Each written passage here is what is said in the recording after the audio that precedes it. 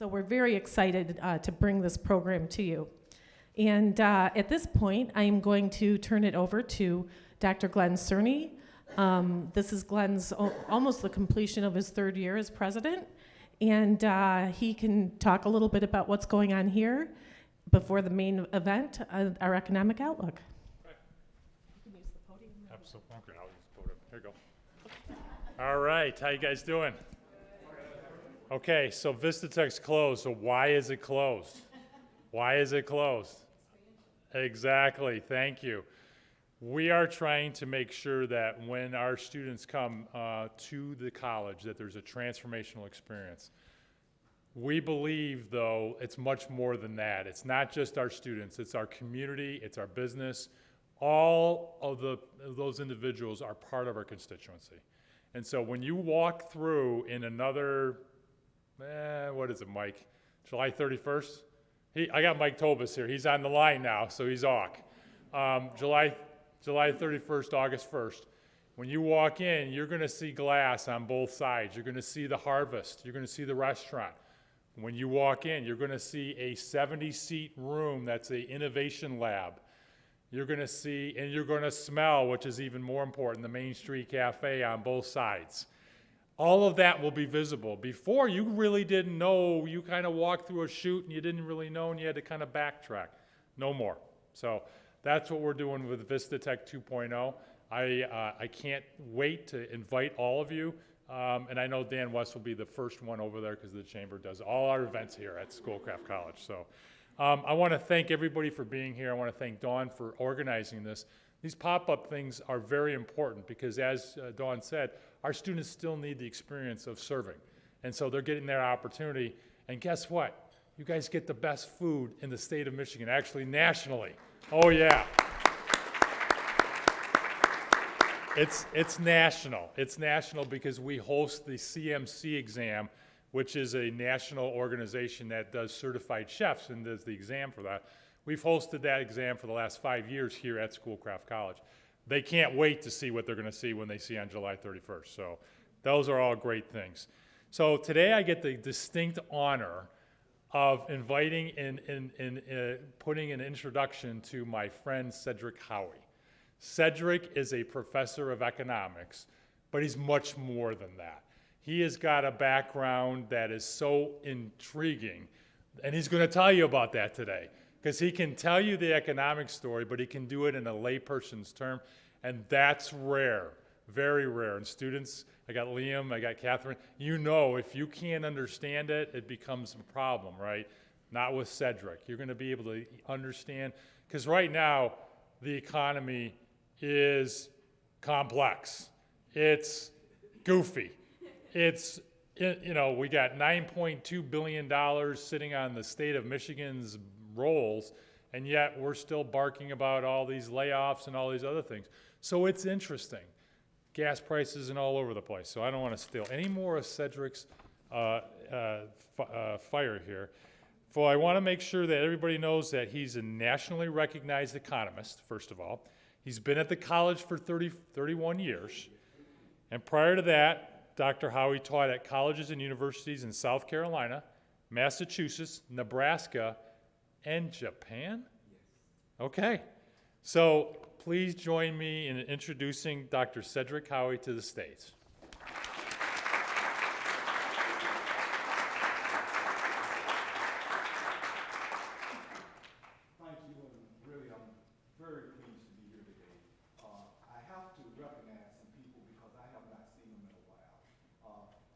Fellow North Carolinian, Dr. Stephan. I first came to Schoolcraft College. She welcomed me, and she's also from North Carolina. So would you just stay in and let them see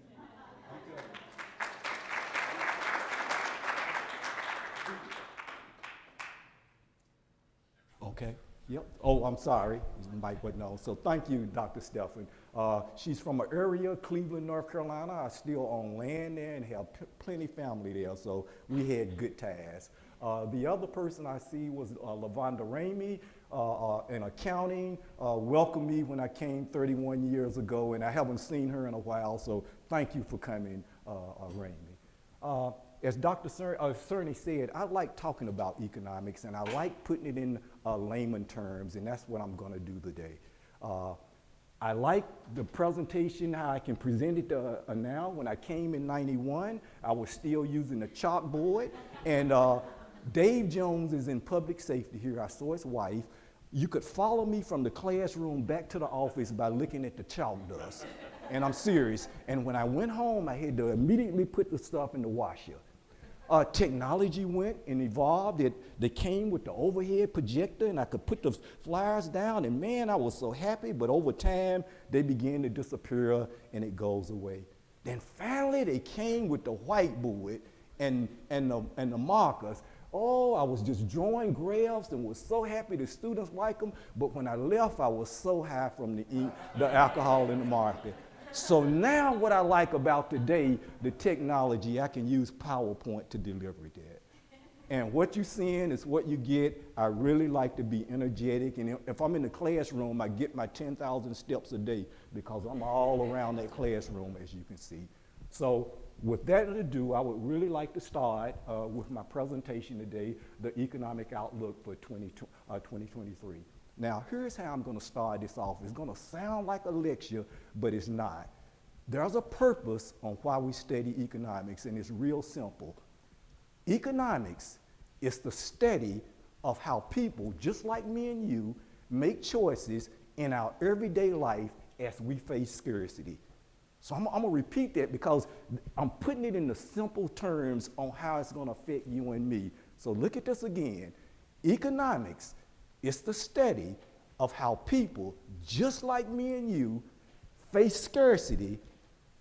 We have to make choices because we face scarcity in our everyday life.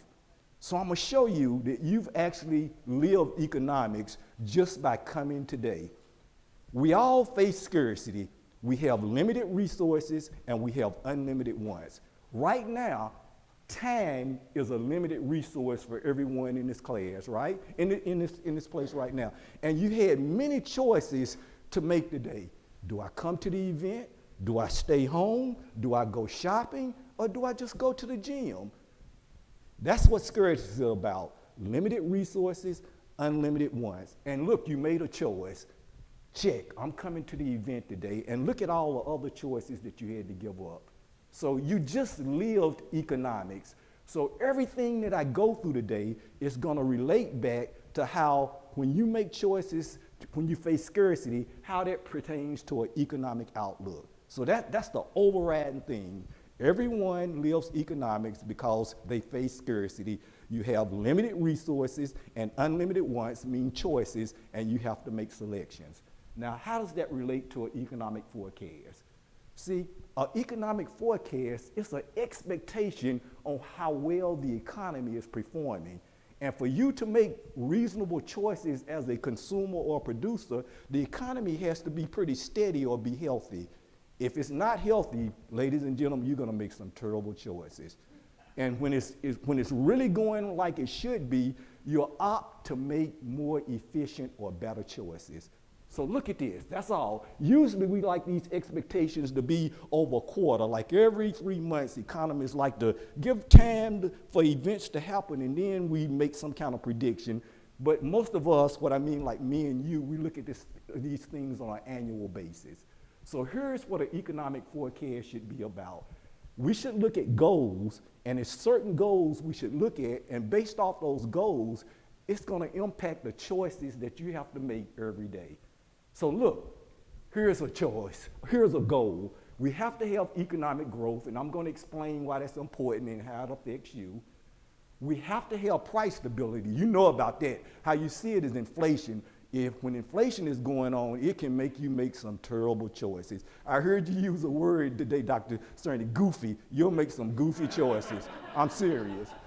Okay, full employment. You got to have employment for people to be producing goods, and then the other way, without employment, I wouldn't have a job today. I wouldn't have any income. So we gotta have full employment. And then equitable distribution of income. A lot of people don't think about that, but I got something that I'm gonna tell you that's why that's important too. And then the last one that people don't think about is the balance of payments. So I'm gonna tell you those are the 5 goals to have a healthy economy, and meeting those 5 goals impact the choices that you make on a daily basis. So that's why our economic forecast should be important to you. Now, time is precious today, and I know that. So I'm only going to talk about 3 of those. I could spend hours, so let me go back. I could spend hours talking about all of these other things, but I'm only talking about 3. But I do want to say this. Without being an economist, the field wouldn't let me go without making some quick comment about distribution of income and balance of payments. So again, I'm going to concentrate on those 5, but just out of respect for my discipline, I have to say something about the distribution of income. 1, it determines classes by income level, and I'm going to show you what I mean by that. That's why you should want to know about distribution of income. And then social and political stability, and I got a good slide that'll show you what social problems it'll cause when you don't have a good distribution of income. So when I show you this next slide, you're going to understand what I mean by distribution of income. It determines the classes in an economy, and I'm going to tell you, most of us is going to fall in the middle class. It's different levels, but most will fall in a middle class, and I call them outliers. Most people are not poor, just like another outlier. Most people are not rich. So it's that middle class that we really need to concentrate on. But that's why you should be concerned about the distribution of income, because it's going to put you in one of those classes. And then the next thing, I'd just like to show you this. This is recent research, and it's based off gross income. Look at it. To be poor, $36.99 or less. Now that's gross. So I'm telling you, the majority of us is in this middle at 3,700 down to 401,621. That's where we are off that. So that's why that's important, and you should want to know about it. And then next, this picture is so important. I showed this to my nephew. He said, "What is that picture about?" Well, when you have poor income distribution in your country, you'll have citizens that'll just sacrifice everything they got, and they'll be waiting outside of the U.S. border to get in. And I like that picture. That's what it's showing. And I had to put the comments from that picture up here today because it says, people are fleeing poverty, coming to America looking for the dream. They would like to get in that middle class. Great country. See, we're already a great country. So that's why you should want to know about this. Had to pay homage to income distribution. All right, balance of payments, here's one. Everyone has a cell phone. Everyone has a Samsung TV. If we didn't have balance of payment, it would affect the import-export of goods. And so by having balance of payment, that allows us to get these imported goods that we solely need on. All right, that's one I can hit you with, but the other one I want to hit you with, the balance of payment, it determines the value of the U.S. currency versus other currency. So that's why, it can appreciate or depreciate based off the balance of payment. And then before, all this just says importing and exporting of goods is very important when it comes to balance of payments. And how I can relate that to you, we would not have a lot of these imported goods, again, cell phones, Samsung TVs, cameras, if it wasn't for us being able to bring in foreign imports. So I had to pay homage to those. Now let's get to the important ones. Economic growth. This is a good one. So when I show this to students, they say, "What is economic growth?" They don't get it. And so in layman terms, here's how I'm going to describe it to you. Economic growth just means the physical quantities of goods and services that a country can produce. That's it. We physically have to have goods and services to produce because we have a high consumption desire for goods and services. And second, we like every citizen to be able to purchase a certain quantity of goods and services each year. So economic growth is very important. We wouldn't have the food today, we wouldn't have the service what this college provides if it wasn't for economic growth. Now, I just like to show you in layman terms why growth should be important to you. It enhances society. We can reduce poverty, not eliminate it, we can reduce poverty. If we have more goods and services to distribute to everybody, we could distribute them to the poor, right? That helps poverty, and it improves the quality of life. I'm so glad I'm gone from the chalkboard to the PowerPoint. That's why I can wear this. So the growth, it improves quality. I'm so happy. Okay?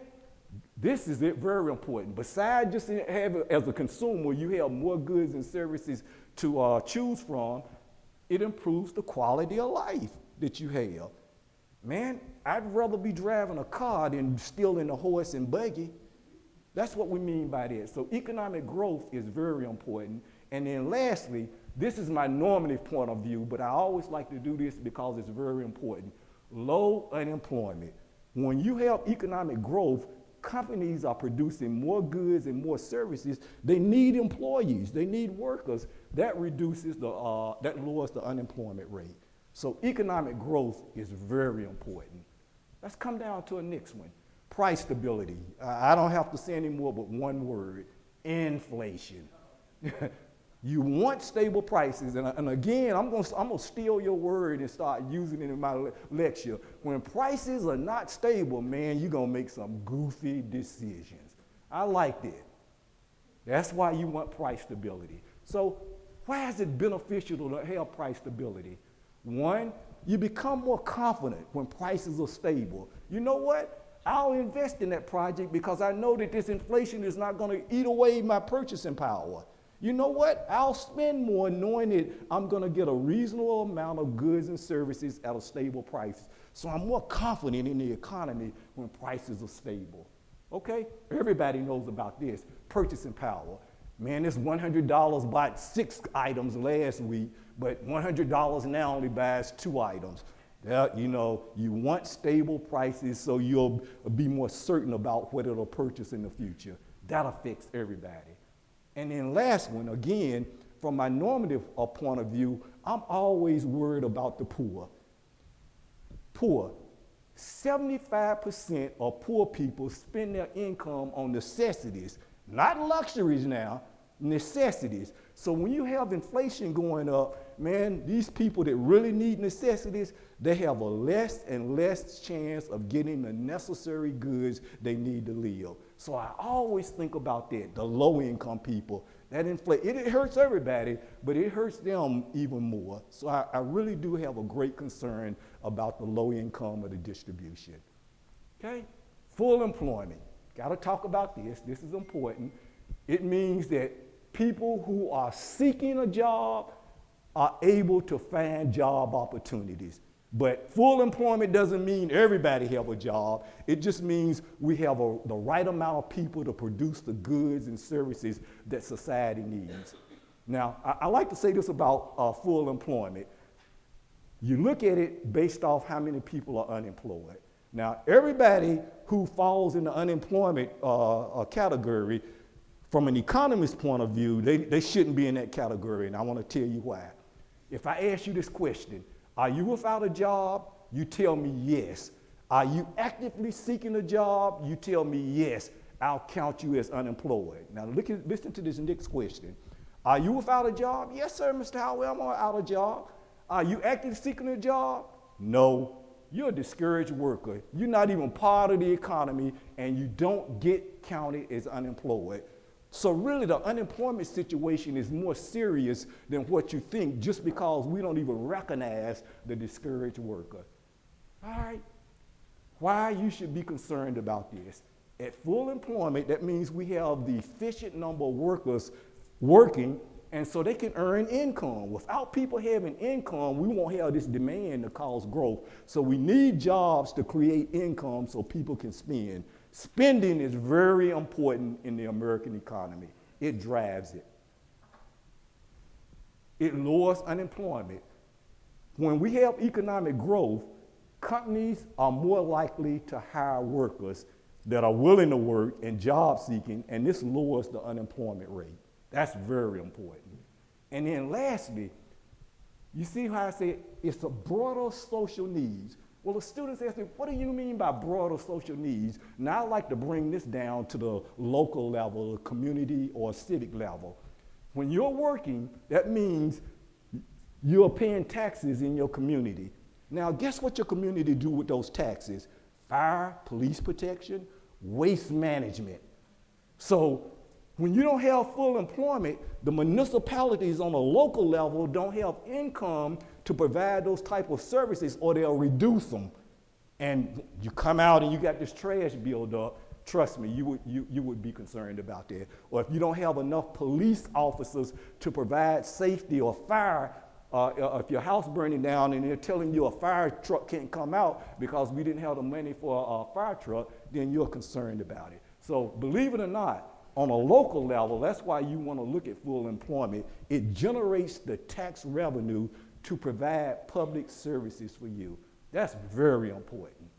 So, if you read in the newspaper or a textbook, they call this the multiplier effect. And all this means, those three things, full employment, price stability, and economic growth, they're interrelated. When you touch one, you flip all of the dominoes. If it's going good, everything is going to go good. If it's bad, it's going to go bad, and things are going a bad way. And that's what we call in the textbook or the news the multiply effect, but that's all it means. All of these things are interrelated. This is why an economic outlook should impact you, and you should be concerned. Now, the next is what I really like as an economist, and this is some of the things I do in the summer. When you're talking about the health of the economy, and you want to know how it impacts, you have to have some kind of matrix to measure yourself by.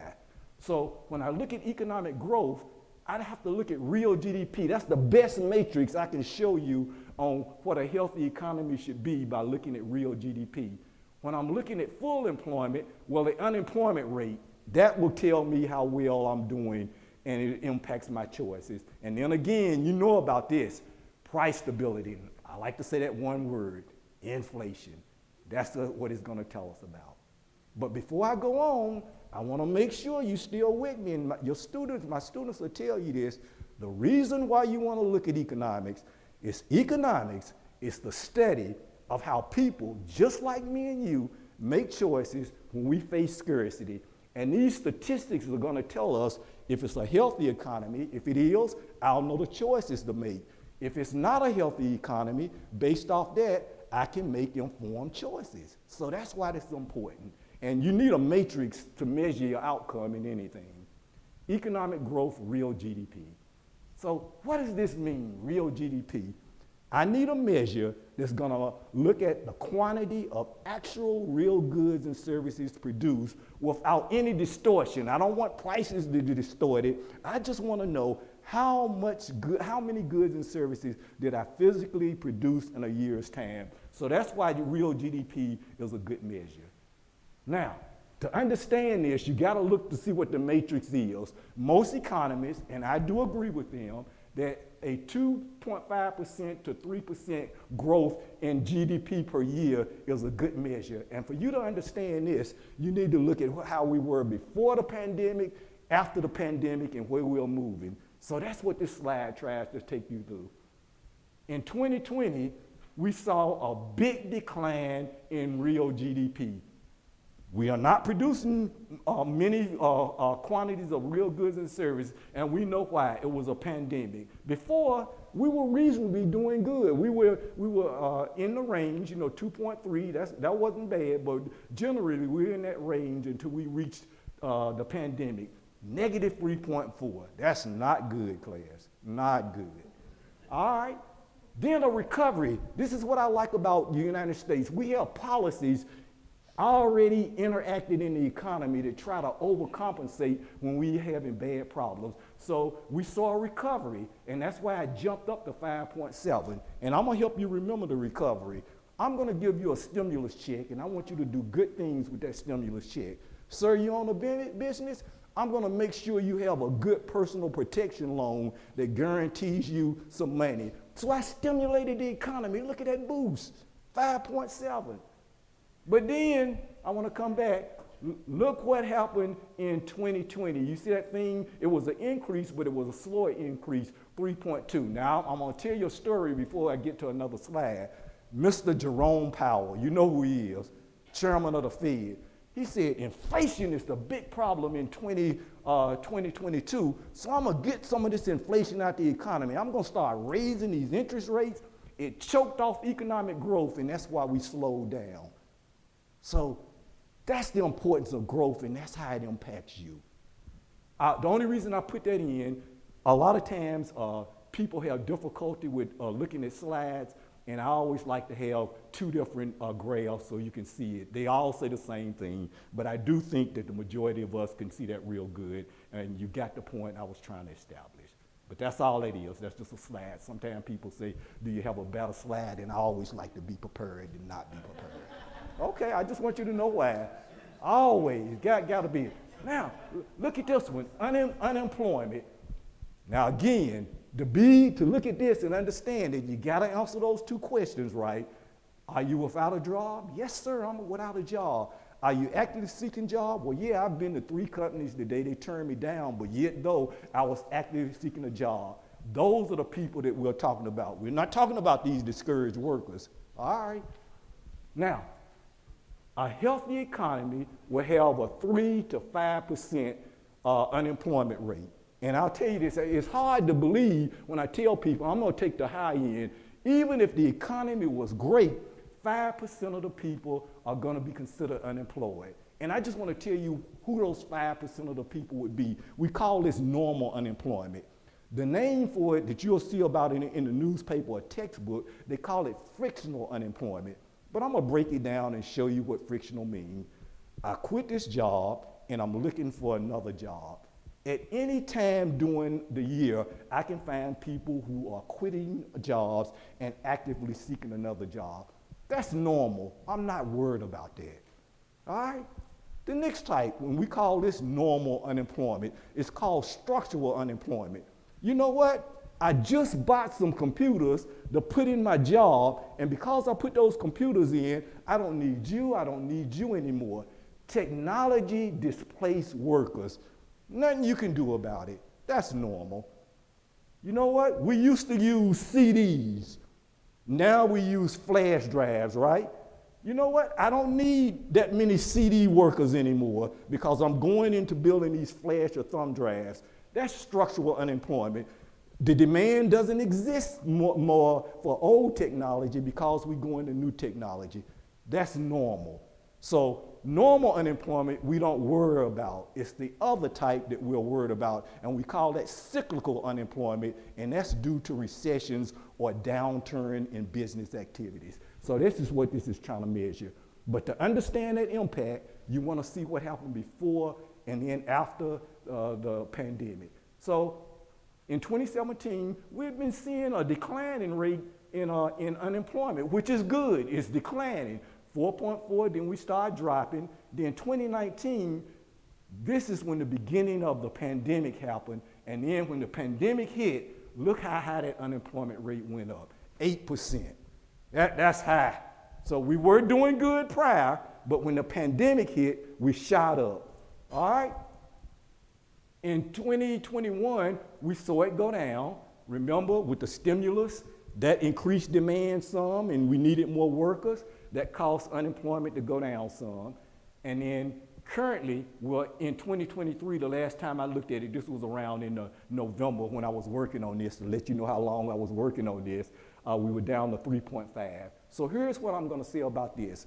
Believe it or not, ladies and gentlemen, based off unemployment, we're doing a fairly good job. Believe it or not, we're in that range, that matrix range, which economists like me and the Federal Reserve, Mr. Jerome Powell, will consider to be a good economy, a healthy, I'm not gonna say good, a healthy economy. So we're not doing bad in that statistical part of it.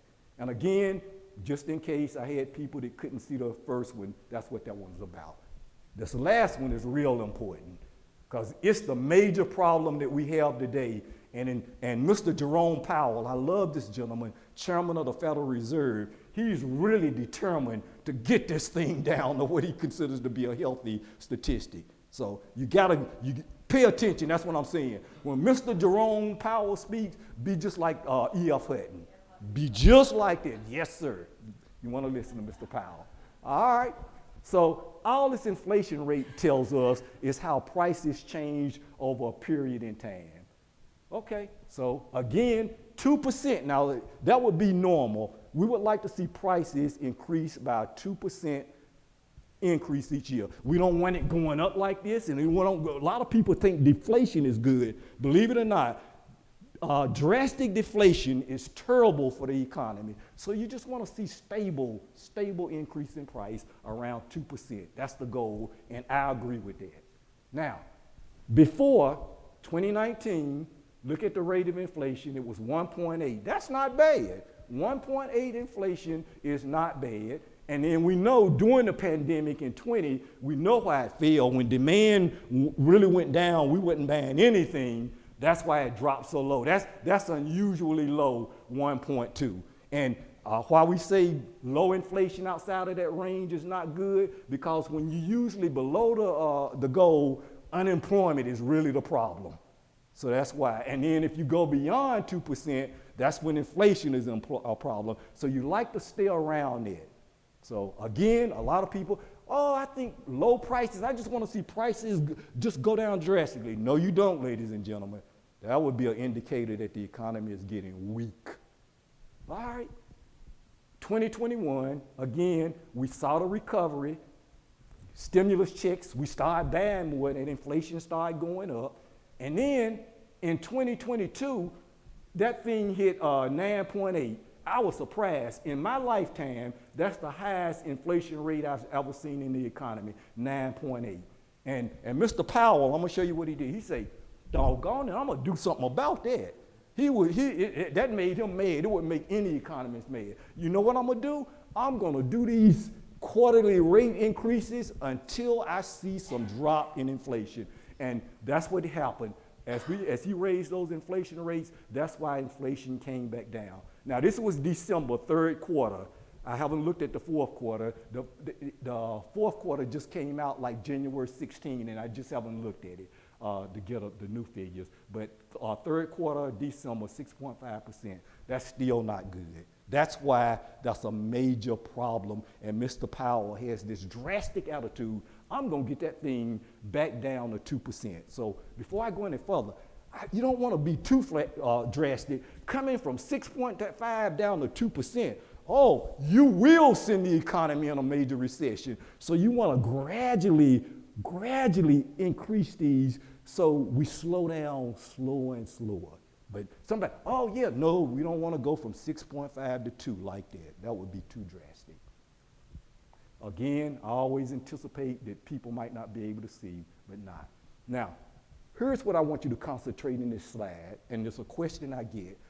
What actually goes in a consumer price index?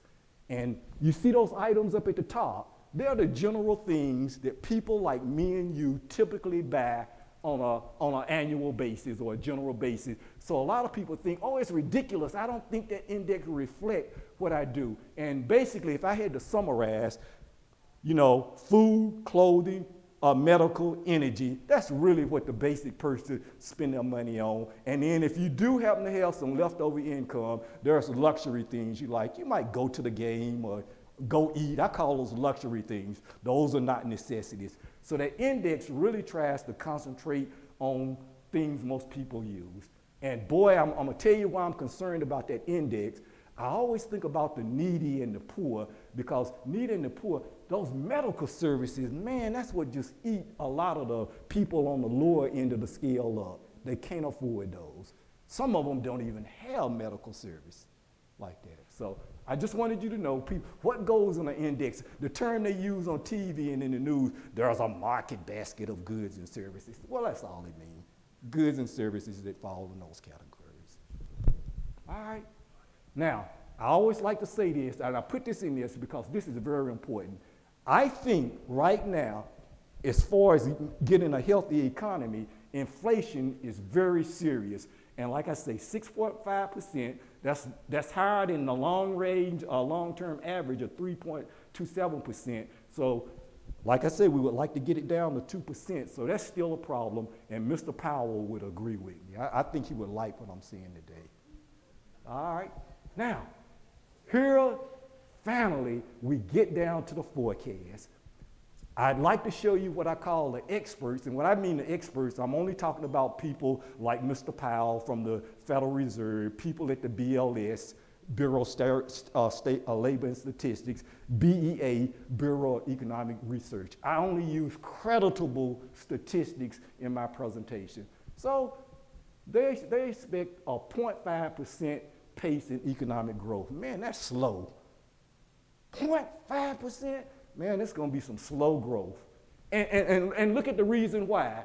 There will be a mild recession. See, Mr. Powell say, you know what, if you people don't stop spending, I'm gonna keep raising these rates and put us in a mild recession. And you know what? You're gonna stop it. You're gonna stop that spending. And that's how he's looking at it. Also, this is slow growth compared to 2022, 1.5 to 2%. And it's definitely slow growth when you go back to 21 and see where we were at 6%. So this 0.5% growth, this is very slow. So let me move on down.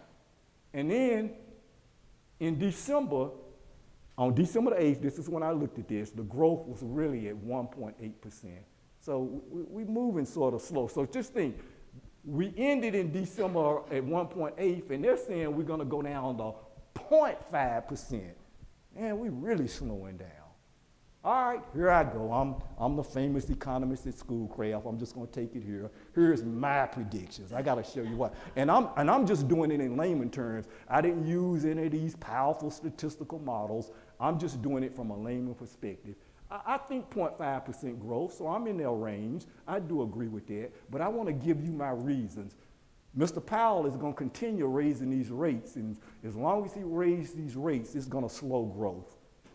Okay, the industrial sector. Industrial sector produces a lot of goods, manufactured goods, like chairs, tools, equipment. They slowing down. Their input cost was going up, and when their input cost is going up, if they don't lay off labor, that's a cost, then they stop using materials to reduce their costs. So labor costs and material costs, that's the two highest factors that affect the industrial sector. And so they're laying off some steam or slowing up because they're trying to reduce their costs. Okay, let me move forward.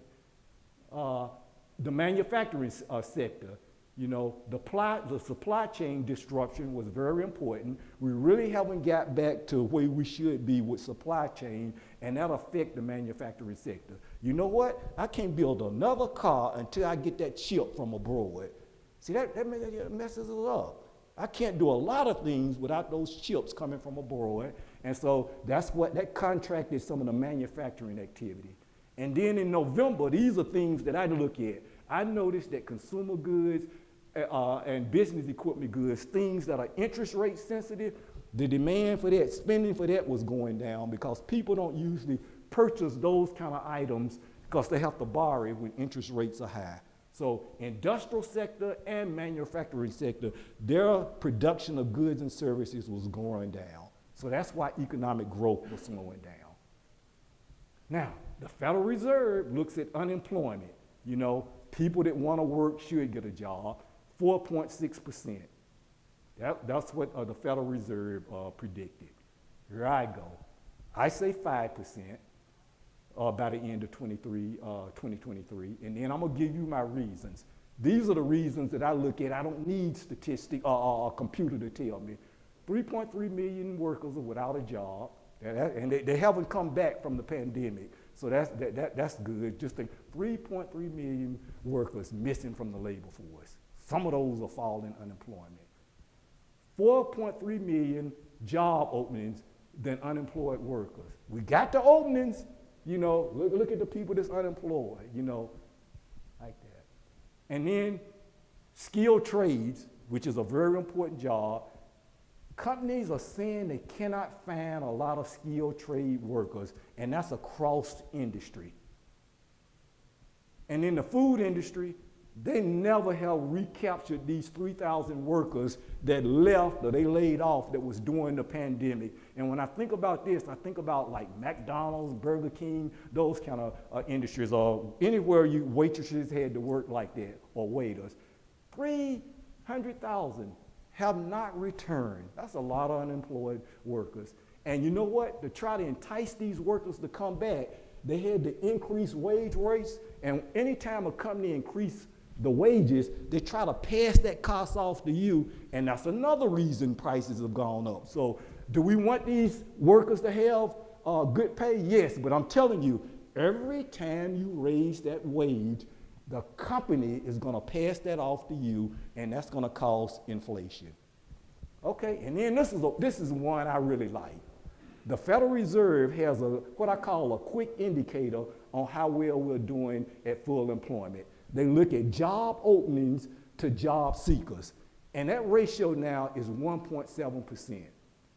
Now, you would like that thing to be equal. If everything was perfect, it would equal 1. If there were 17 job openings, there should be 17 job seekers. Or we would like to see that thing be 1 or below. To give you an example, at 1.7, here's what it would say. We have 17 job opens. That's how many jobs are open, but we only have 10 people looking for a job. See, that's not good. I want you to work, but I can't find the people. That's what that says. We would like to see that thing down to 1, and I'm gonna tell you, it's gonna be a while before we get that thing down or below 1. And I'm gonna tell you why. I wish I'd have brought this article in, but if you want it, if you email it, I'll send it to you. It was in Google. Google had it out, but it is a credible article. They surveyed men between the age range of 25 and 45, and they asked them, why are you not working now? And you know what they said? They can't get jobs that would get them the social status to get women. No. And I looked at that, I said, they asked healthy men, and they said, why? Yeah. They said, they need to get jobs that's gonna earn income to attract women. That's a reason. As an economist, you have to be objective. You can't put them down. All you can do is report it. And then, if I brought you up some of the other, I researched 10 reasons why people say they don't want to work now. And if you look at some of the 10 reasons, you'll shake your head. You'll say it can't be. And I have to tell you about one more that I read. This one guy was in an article. He said, I get more income not working, meaning in public assistance, than I do working. So sometimes when we think we are helping people, believe it or not, it's a disincentive. But that's the reason. Like I say, as an economist, I only report the facts. I try not to put my normative opinion into it. A good economist would do that. All right, but I would like to see that thing. I know it's not going to be perfect, but I would like to see it get it close, like 1.1. I would like just anything, just get it close to 1, or I would like to see it below a 1. You know what? I got all these jobs, and I'm finding people who want to work. I would like to see that. All right? And then I saved this last one, inflation. Now, 7.7%, that was in 7.7 in 22, according to the Federal Reserve, and I do believe them, and they want to get it to 3.4 in 23. Oh man, I'm telling you, that's a crucial job. I'm gonna tell you what, I hope it's not that low. I would like to see it down from 7.7, but to get it down to 3.0, boy, you're gonna have to put the economy in a terrible recession. So I don't want to see it get that point. Okay, and here's what Mr. Powell said. Yes, this was back in December. Rates are still going to be likely. That's what he said. Now, there might not be a slower increase in the rates, but he's still going to raise rates. He's letting you know this.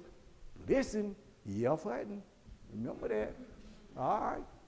Mine is 3.8, and I want to tell you why. Now, you might not believe this.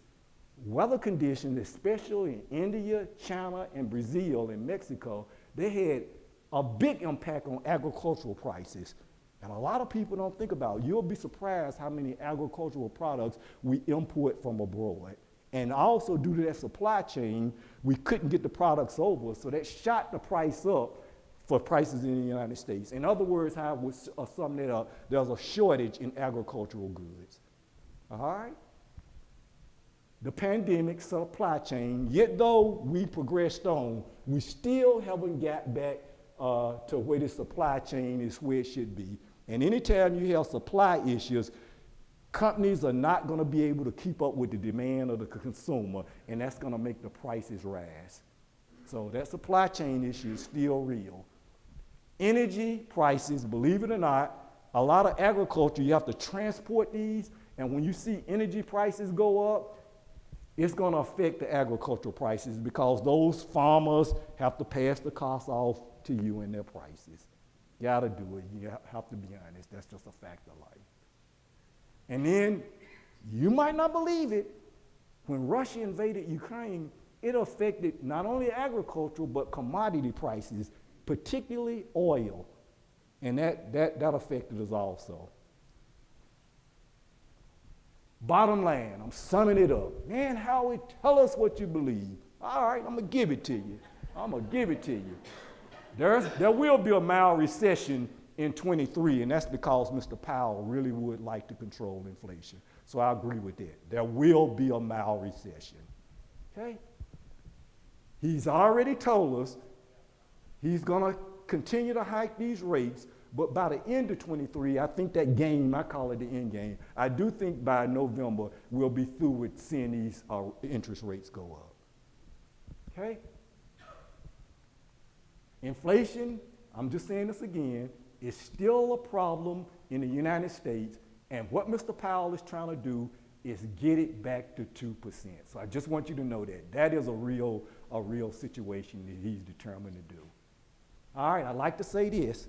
That housing market, when those interest rates went up, that sort of discouraged some people from buying houses. So I actually expect to see in the housing market, there's going to be activity, but it's going to be low activity because most people have to get mortgages, to purchase a house. Okay? Labor market, yet though we're raising wages to try to encourage people to come back to work, particularly in the food industry, it's going to begin to loosen up as we see some growth in the economy. And what I mean loosen up, some of these people, and I'm not going to call them loafers, who haven't been working, some of this stimulus money and government security income is going to fall down, and they're going to have to do something. We don't want them going out robbing. I know they can do other things beside work, but we want them to do it right. So that's going to force them to go back, those that don't want to do criminal activity or illegal activity. So that's what I mean by loosen up. And then, this is true, expect a strong dollar. Anytime interest rates go up, the value of the US dollar appreciates relative to foreign currency. Now, here's the bad thing it does for us.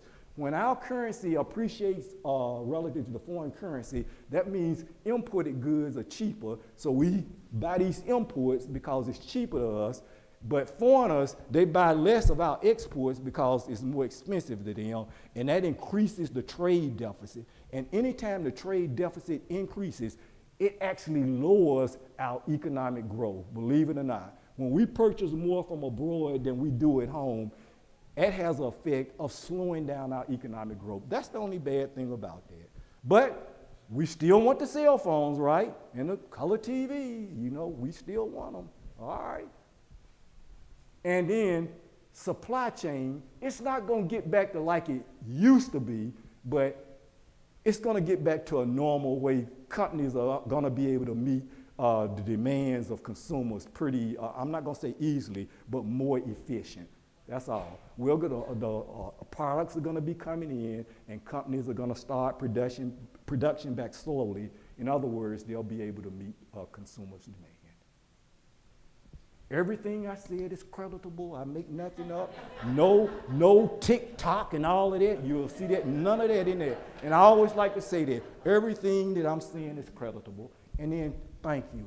I'm just going to tell you, it's truly a blessing to come and speak before people. Some I know, I get to see some of my old friends, but I'm just going to tell you this. I like economics. I didn't get in my 1,000 steps, but that's okay. I'll get it. Thank you. I appreciate it. Thank you, Dr. Howie. Quick question. Yeah. Do you have a few minutes for questions? Yeah. I just want to let everybody know the students will be coming in to serve and whatnot. If it's okay with you, that if we can have them go ahead but ask you questions? Absolutely. Okay. Absolutely. I know you have a class to go to too. Oh, yeah. So we have the first one over here. I'm going to use the microphone so everybody can hear. Hi, That's something I've been thinking about for a long time. I hardly ever see anything written about it. What do you think of the idea that inflation is much less severe because of the internet? Now everybody knows where the lowest price is, and it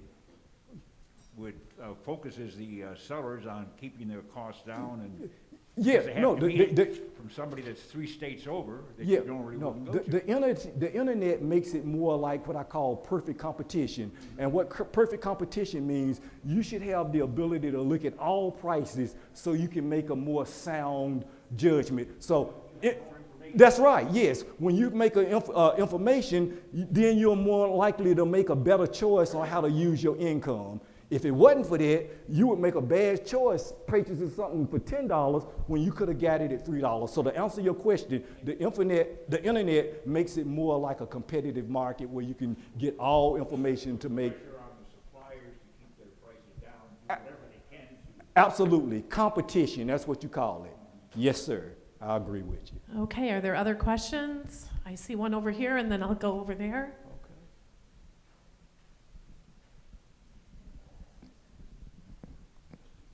What will be the impact of defaulting on the debt? Defaulting, I'm gonna tell you the honest truth. It wouldn't be anything if the United States defaulted on the debt, and I'm gonna tell you why. See, we have the ability to print money, and so how you get out of that deal, why that's a fallacy, all you do when you see debt, you raise the limit and you issue more bonds. So I'm gonna tell you, defaulting on the debt is a fallacy, but that's how they put it in your mind to keep you off the more serious issue. But I'm gonna tell you, back to your question, that's all they would do, raise the limit, and they would issue more government securities, and people love government securities because the United States always pays on those bonds. Okay. And yeah, that's right on that, yes. So a fallacy all the time. It's different from being an actual consumer now. So let me get it right. Don't you default on your debt because you don't have the ability to raise the limit and print money. So what's good for the government is not good for individuals now. I wish we could print and raise it. Okay, so I want you to get it. All right. Just a quick question back here. Yes. On your inflation stats, did that include food and energy? Yes. In those stats? Yeah. Okay. Oh man, I'm gonna tell you. Yeah, and I'm gonna tell you like this. The BLS, and there's the one. Energy is in there. And if I went back to the slide, or I can send it to you. Yes, Yeah, energy is in. I would just be curious to see the stats because a lot of things I've seen, including food and energy, have the inflation rate at double digits. So It could be on particular commodities, but when you do an index, you're averaging across, and so some are going to be low, some are going to be high, and that index just takes like an average. Okay. Yeah. Yeah. No, I would just be curious to see the stats. That's Okay. all. I'll shoot you an email. Okay, yeah. And then just another question. Yeah. Inflation was in the double digits in the 70s and 80s, correct?